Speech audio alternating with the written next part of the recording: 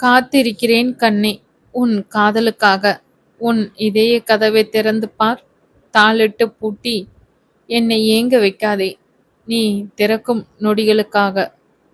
கிர் கிர் என்ற காதில் அருகில் ஒலித்த அலார சத்தத்தில் அடித்து பிடித்து எழுந்தான் வாசு என்கிற வாசுதேவன். அலாரத்தின் தலையில் தட்டி அதன் தவிப்பை தணித்தான். நேரம் விடிய காலை 3 மணி. என்ன வாழ்க்கடா இது! நிம்மதியா தூங்க கூட முடியாதா? பேரு மட்டும் பெத்த பேர். சினிமா ஸ்டார் விடிவெள்ளி தருண் யாதவின் மேனேஜர். தன் கோபத்தை ஆற்றாமையை இப்படி சொல்லி தணித்து கொண்டான். கை நிறைய சம்பளம், 5 நட்சத்திர ஹோட்டலில் வாழ்க்கை. ஆனால் ஒரு நாளாவது நிம்மதியா சுதந்திரமா தூங்க முடியுதா? என்ன ஆனாலும் சரி, இன்னைக்கு நான் நிம்மதியா தூங்க போறேன். தனக்குத்தானே சொல்லிக்கொண்டு பெட்ஷீட்டை தலைவரை இழுத்து போத்தி கொண்டு படுத்து விட்டான். அவன் உறங்கும் இந்த வேளையில் நாம் தருண் யாதவ் பற்றி பார்க்கலாம். தமிழ் சினிமா உலகில் வளர்ந்து வரும் இளம் கதாநாயகனே தருண். பார்க்க அல்லு அர்ஜுன் போன்ற தோற்றமுடையவன். பார்த்தவுடன் பெண்களை கவரும் தன்மை உடையவன். அதோடு ஆணழகன். முறுக்கேறிய உடல்வாகு, உறுதியான தோள்கள். சிரித்தால் அன்றைய நாள் முழுவதும் பார்த்து கொண்டு இருக்கலாம். அவனது தனித்தன்மையே அவன் கன்னங்களில் விழும் குழிதான். உதட்டை கொஞ்சம் சுளித்தால் கூட கன்னங்களில் குழி விழும்.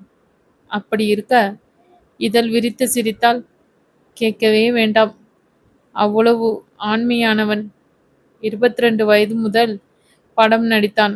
இந்த 3 படங்களில் 13 படங்கள் நடித்து முடித்து விட்டான் என்றால் அவன் உழைப்பை நீங்கள் புரிந்து கொள்ளலாம். உழைப்பு மட்டுமல்ல, சினிமா உலகில் நிலைத்திருக்க தேவையான அதிர்ஷ்டமும் அவன் பக்கம் கொட்டி கிடக்கிறது. நடித்த படங்களில் 3 படங்கள் 200 நாட்களை கடந்து சாதனை படைத்தன. 5 வெள்ளி விழா படங்கள். மீதமிருப்பவை நன்றாக ஓடியவையே. ஆனால் இடையில் 2 படங்கள் மட்டுமே சறுக்கிவிட்டன. அவனது வெற்றியின் முன்னால் இந்த சறுக்கல் அடிபட்டு விட்டது என்றே சொல்லலாம். அவனுடன் ஒரு முறை நடித்துவிட்ட கதாநாயகிகள் எப்படியாவது யாரை பிடித்தாவது அடுத்த படத்திலும் நடித்து விடுவர். இதுவரை 6 கதாநாயகிகளுடன் 2 படங்களில் நடித்திருக்கிறான். ஒரு நாயகியோடு மட்டும் 3 படங்கள். மிகவும் வெளிப்படையானவன், கோபக்காரன், உயிரை கொடுத்து உழைப்பவன், மனிதாபிமான உள்ளவன், கதாநாயகிகளின் முதல் தெரிவானவன், அடக்கமானவன். இப்படி அவனை பற்றி சொல்லிக்கொண்டே போனாலும் அவனுக்கு மறுபக்கம் என்ற ஒன்று உண்டு. அவனது இந்த வெளிப்படையான அணுகுமுறையே அவனுக்கு நல்ல பெயரை பெற்று தந்தது. சினிமா ஒரு மாய உலகம். அதற்குள் நடக்கும் விஷயங்கள் நம் கற்பனைக்கு அப்பாற்பட்டவை. நம் அனைவருக்கும் தவறாக தெரியும் விஷயம் அங்கே கொண்டாடப்படுவதாகவும் பெரிய கதாநாயகனை வளர்க்க ஒரு ஆயுதமாகவும் பயன்படுவதுதான் விந்தை. அங்கே நியாயம் அநியாயம் என்றும் விஷயங்கள் எல்லாம் சில நேரம் கேலியாகவும் பைத்தியக்காரத்தனமாகவும் தெரியும். சரியாக 30 நிமிடம் தாண்டியதும் கிர் கிர் அடித்த அலாரத்தில் ஓசையில் படுக்கையிலிருந்து துள்ளி எழுந்தான். இதை நான் வைக்கவே இல்லையே, பிறகு யார் வச்சிருப்பா? யோசிக்க தேவையே இல்லை என்பதை போல் வெளியே அவன் அறை கதவை தட்டும் ஓசை கேட்டது. யார் அது இந்த நேரம்? அட, நம்ம ஆளாதான் இருக்கும். உற்சாகமாக எழுந்து ஓடினான். நீ குடிநீ அவன் சிரிப்பையே காலை வணக்கத்தையோ கேட்க அங்க யாருமே இல்லை. அந்த வராண்டாவே வெறிச்சோடி இருந்தது. போயிட்டாளா? அதற்கு மேல் யோசிக்க நேரமில்லாமல் 10 நிமிடங்களில் காலை கடன்களை அனைத்தையும் முடித்துவிட்டு மூச்சு வாங்க ஓடிச் சென்று தருணின் அறைக்கு முன்னால் நின்றான். தன் ஆள்காட்டி விரலை மடக்கி மெதுவாக தட்டினான். உள்ளே எந்த சத்தமும் இல்லை. அழைப்பு மணியை வச்சுட்டே இப்படி கதவை விரலால் தட்டும் நிலைமை. ஆண்டவா, இன்னைக்கு என்னவெல்லாம் வாங்கி கட்டிக்கணுமோ. மனம் அதன் போக்கில் சிந்தித்தாலும் விரல்கள் அதன் வேலையை சரியாக செய்து கொண்டிருந்தன. இறுதியில் அவன் அழைப்புக்கு செவி மடுப்பதைப் போல் உள்ளே லேசான அசைவு தெரிந்தது. அடுத்த 10 நிமிடங்களில் அறைக்கதவு திறந்தாள். சினி உலகின் முன்னணி நட்சத்திரம் Tara. Who are you man? இவ்வளவு காலையிலேயே அறையை தட்டுறியே, கொஞ்சம் கூட மேனஸ் இல்ல? நாவில் ஆங்கிலமும் இந்தியும் நாட்டியம் ஆடின. அடுத்தவன் அறையில இருந்து வெளியே வரா. இவளுக்கு அதை பத்தி கவலையே இல்லை. இதில் என்கிட்ட கேள்வி வேற. அழுத்து கொண்டாலும் கேட்பவள் படத்தின் கதாநாயகி ஆயிற்றே. மேம், நான் தருண் சாரோட பிஏ. 6 மணிக்கு ஷூட்டிங் இருக்கு. அதான் எழுப்ப வந்தேன். தன் எரிச்சலை மறைத்து கொண்டு தன்மையாகவே சொன்னான். காலிம்பல் இருப்பது உனக்கு கண்ணுக்கு தெரியாது என்று ஏளனமாக கேட்டாள். அதை நான் யூஸ் பண்ணினால் என் நிலைமை என்னவாகும்னு உனக்கு தெரியாது. ஆனால் எனக்கு நல்லாவே தெரியும். அதான் பேசாமல் இருக்கேன். இவளுக்கெல்லாம் பதில் சொல்ல வேண்டி இருக்கே என்று மனதுக்குள் வசைப்பாடினான். மேம், நீங்க உங்க ரூமுக்கு போயிட்டால் நான் அவரை கிளப்பிடுவேன். நீ கிளம்புறியா இல்லையா என்ற தோரணையில் கேட்டான். கேட்ட கேள்விக்கெல்லாம் பதில் சொல்ல மாட்டாயோ? கோபமாக உள்ளே சென்றாள். ஐயோ பரதேவதையே, கொஞ்சம் இரேன். அவளுக்கு தமிழ் தெரியாது. அவனுக்கு வசதியாய் போயிற்று. தருண், ஷீ இஸ் கை. அவள் குற்றப்பத்திரிகையுடன் தருணை எழுப்பி, மேம் நோ. அவனது அலறலை கண்டு கொள்ளாமல் தருணை தோள் தொட்டு உலுக்கினாள். அந்த நொடியில் கட்டிலின் இருந்து கீழே கிடந்தாள் அவள். ஒரு நொடியில் என்ன நடந்தது என்று அவள் சுதாரிக்கும் முன்பே, டேய், யார் அது என்னை இப்ப தொட்டு எழுப்புனது? அவ்வளவு தைரியம் யாருக்கு? டே வாசு. உச்சஸ்தாயில் அவன் குரல் ஒலிக்க கொஞ்சம் நடுங்கிதான் போனாள் தாரா. அருகில் நின்ற வாசு அதை விட நடுக்கத்தில் இருந்தான். சார், நான் இல்ல, இவங்க தான். நான் சொல்லியும் கேட்காமல் உங்களை எழுப்பிட்டாங்க, வேகமாக சொன்னான் வாசு. உனக்கு கொடுத்த வேலையை நீ ஒழுங்கா செய்யவே மாட்டியாயா? உள்ளடக்கிய எரிமலை அவன் குரலில். சார், நான் அவங்கள தடுக்கிற முன்னாடி இடியட், எனக்கு எந்த விளக்கமும் வேண்டாம். அப்படி என்னடா தலை போகும் அவசரம்? அதுவும் அவளை அனுப்பாமல். இருவரும் வழக்கடிக்க விழுந்த இடத்திலிருந்து வயிற்றை பிடித்தவாறு எழுந்து நின்றாள். ஹே கைஸ், என்ன விளையாடுறீங்களா? தருண், என்ன இது? அதிர்ச்சி விளங்காமல் கோபமும் அவமானமும் போட்டி போட அகங்காரமாய் கேட்டாள் தாரா. அவளது கூச்சலை கேட்ட பிறகுதான் தாரா அங்கு இருப்பதையே உணர்ந்தான் தருண். சட்டென தன் கோபத்தை கட்டுப்படுத்தினான். ஆனால் பார்வையால் வாசுவை பொசுக்கியவாறே, ஹாய் தாரா, குட் மார்னிங். நீங்க இன்னும் உங்க ரூமுக்கு போகலையா? நான் கனவில் ஒரு ஃபைட் சீன் பத்தி யோசிச்சுட்டே தூங்கிட்டு இருந்தேன். அதான் இப்படி. I am sorry. நீங்க இப்போ கிளம்புங்க. நாம ஷூட்டிங் ஸ்பாட்டில் பார்க்கலாம். அவளை முதல் வேளையாக பார்சல் கட்டி அனுப்பினான். தாராவோ கொஞ்சம் கூட கோபம் குறையாமல் சமாதானம் ஆகாமலும், today's shooting cancel, you idiots. I will complaint you both. வெடுக்கென தன் ஹேண்ட்பேக்கை எடுத்துக்கொண்டு கிளம்பிவிட்டாள். அவள் கிளம்பி சென்றவுடன் வாசுவின் மேல் பாய்ந்தான் தருண். ஏண்டா தடிமாடி, நான் உன்னை எதுக்கடா கூட வச்சிருக்கேன்? நான் சொல்ற வேலைக்கு எல்லாத்தையும் ஒழுங்கா செய்ய முடியும்னா இரு, இல்ல இப்படியே பெட்டியை கட்டி ஊருக்கு போயிடு. என்ன எழுப்பும் முன்னாடி அவளை அவளோட ரூமுக்கு அனுப்பணுங்கிற அறிவில்ல. அவளை அனுப்பிட்டு என்னை எழுப்பாமல் இப்ப பாரு, ஷூட்டிங் கேன்சல்னு சொல்லிட்டு போறான். எல்லாம் உன் ஒருத்தனால. உன்னால எனக்கு தான் ஒரு நாள் நஷ்டம்னா அந்த ப்ரொடியூசருக்கு எத்தனை லட்சம் நஷ்டம்? தண்டம் தண்டம். இதான் தெரிஞ்சவன் எவனையும் வேலைக்கு வைக்க கூடாதுன்னு சொல்றது. பேருக்கு பின்னாடி பிஇ எம்பிஏ அப்படின்னு பட்டத்தை அடிக்கினால் மட்டும் போதாது. மண்டையில் இருக்கிற களிமண்ணை கொஞ்சமாவது உபயோகமா பயன்படுத்த தெரியணும். அதெல்லாம் எங்க? எவ்வளவு புடவையை கட்டிக்கிட்டு முன்னாடி வந்துட்டால் போதும், உடனே ஈன்னு இழிச்சிட்டு பின்னாடி போகணும்னா மட்டும் தெரியும். தருண் கோபத்தில் கொந்தளித்து கொண்டிருக்க வாசு அசையக்கூட மறுத்து அப்படியே நின்று கொண்டிருந்தான். அவனுக்கு தெரியும், இப்பொழுது கொஞ்சம் அசைந்தாலும் தன் கன்னம் பழுத்து திண்ணமென்று. எனவே இமைகளை கூட சிமட்டாமல் தலை குனிந்து அவன் சொல்பவை அனைத்தையும் கேட்டுக்கொண்டே இருந்தான். ஏண்டா அவளை அனுப்பாம? என்னடா? செய்கையால் விலக்கி கேட்டுவிட்டு, இன்னும் மரம் மாதிரி கண்ணு முன்னாடி நிக்காமல் முதல்ல வெளியே போடா. அவனை கழுத்தை பிடித்து வெளியே தள்ளி கதவை அடித்து சாத்தினான். அவனை வெளியே தள்ளிய பிறகும் அவனுக்கு கோபம் குறையவில்லை.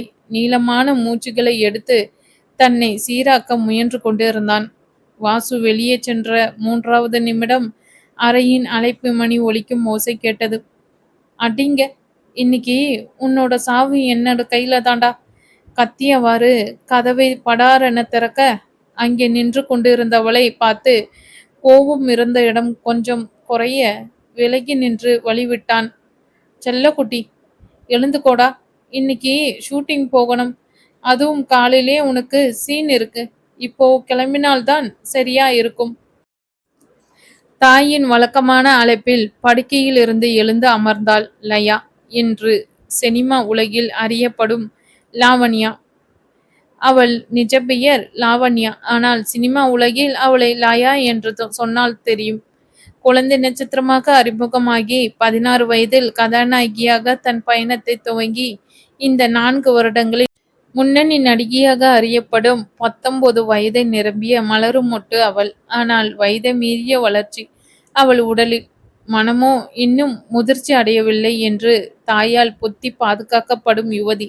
அவளது கால்ஷீட், சம்பளம், கதை கேட்பது, அவளை ஷூட்டிங் அழைத்து செல்வது முதல் அவளுக்கு பதிலாக பத்திரிகை நிருபர்களுக்கு மகளை அருகில் வைத்து கொண்டே பேட்டி கொடுப்பது வரை அனைத்துமே அவளது தாய் தெய்வானியின் கையிலேதான்.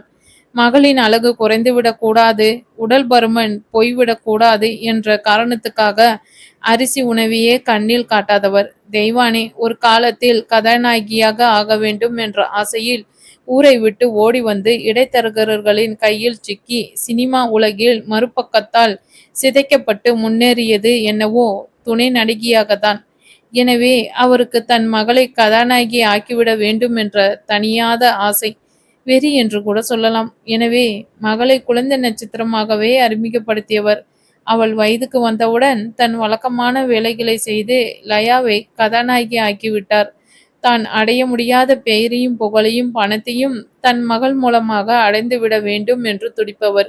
எனவே மகளை தன் கட்டுப்பாட்டில் வைத்திருக்க வேண்டும் என்று விரும்புகிறார். லயாவை தனியாக சிந்திக்க விடாமல் தன் கை பாவையாக மாற்றி வைத்திருப்பவர். சினிமாவில் லயா முன்னேற எவ்வளவோ வேலைகளை செய்யும் அவர் அவளை இன்னும் யார் கையிலும் தீண்டாமல் பாதுகாத்தே வருகிறார். அதற்கும் ஒரு பெரிய காரணம் இருந்தது. மகளை ஏதாவது ஒரு பெரும் புள்ளியின் மனைவியாகவோ இல்லை என்றால் ஆசை நாயகியாகவோ மாற்றிவிட்டு வாழ்க்கையின் மிச்ச நாட்களை சுகவாசியாக கழிக்க வேண்டும் என்று திட்டமிட்டுள்ளார். ஆனால் அதையும் அவ்வளவு சீக்கிரம் செய்ய அவர் தயாராக இல்லை. மகள் நடித்து முடித்து ஓய்ந்து அதன் பிறகு வாய்ப்புகள் கதவை தட்டவில்லை என்ற நிலை வரும்பொழுதுதான் அதை நடைமுறைப்படுத்த சிந்தித்துள்ளார். அவர் கணக்குப்படி லயாவுக்கு திருமணம் 30 வயதுக்கு மேல்தான். எனவே அதற்கு முன் அவள் காதல் கீதல் என்று எதிலும் விழுந்துவிடக் கூடாது என்பதில் இன்னும் அதிகம் கவனம் எடுப்பவர்.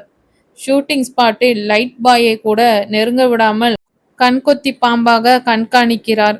தாயின் உள்மனம் புரியாமலே தாய் தனக்காக செய்யும் தியாகங்களை, தனக்காக அல்லும் பகலும் பாடுபடுவதையும் வைத்து தாய்தான் தனக்கு எல்லாம் என்று அவர் முந்தானை சிறையில் தன்னை விரும்பி முடித்து கொள்வார்.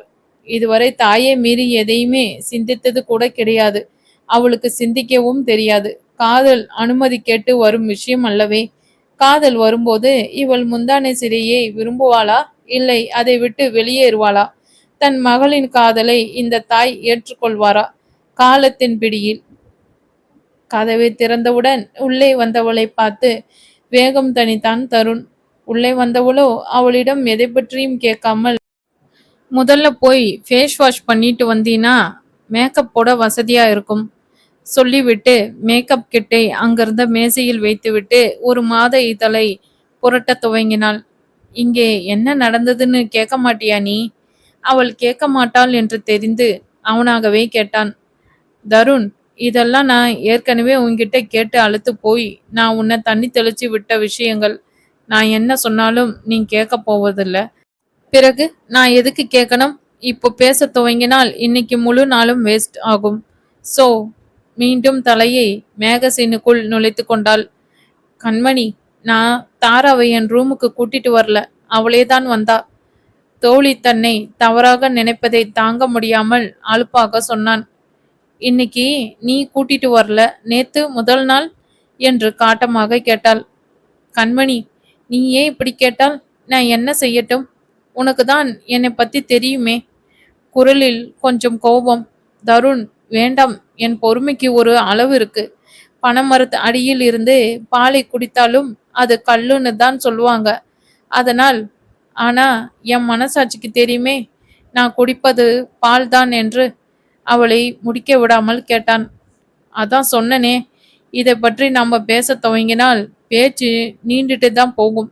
முதல்ல நீ போய் குளிச்சுட்டு வா, மேக்கப் போடலாம். ஏற்கனவே 30 நிமிஷம் லேட். அவள் இறுதியாக சொல்லிவிட வேறு வழி இல்லாமல் அங்கிருந்து நகர்ந்தான். சினிமா உலகில் முடிசூடா மன்னனாக இருந்தாலும் அவன் இந்த உலகத்திலேயே ஒருத்தரின் பேச்சை கொஞ்சமாவது காது கொடுத்து கேட்பதாக இருந்தால் அது இந்த கண்மணியின் பேச்சாகத்தான் இருக்கும். அதுவும் ஒரு அளவிற்கு தான்.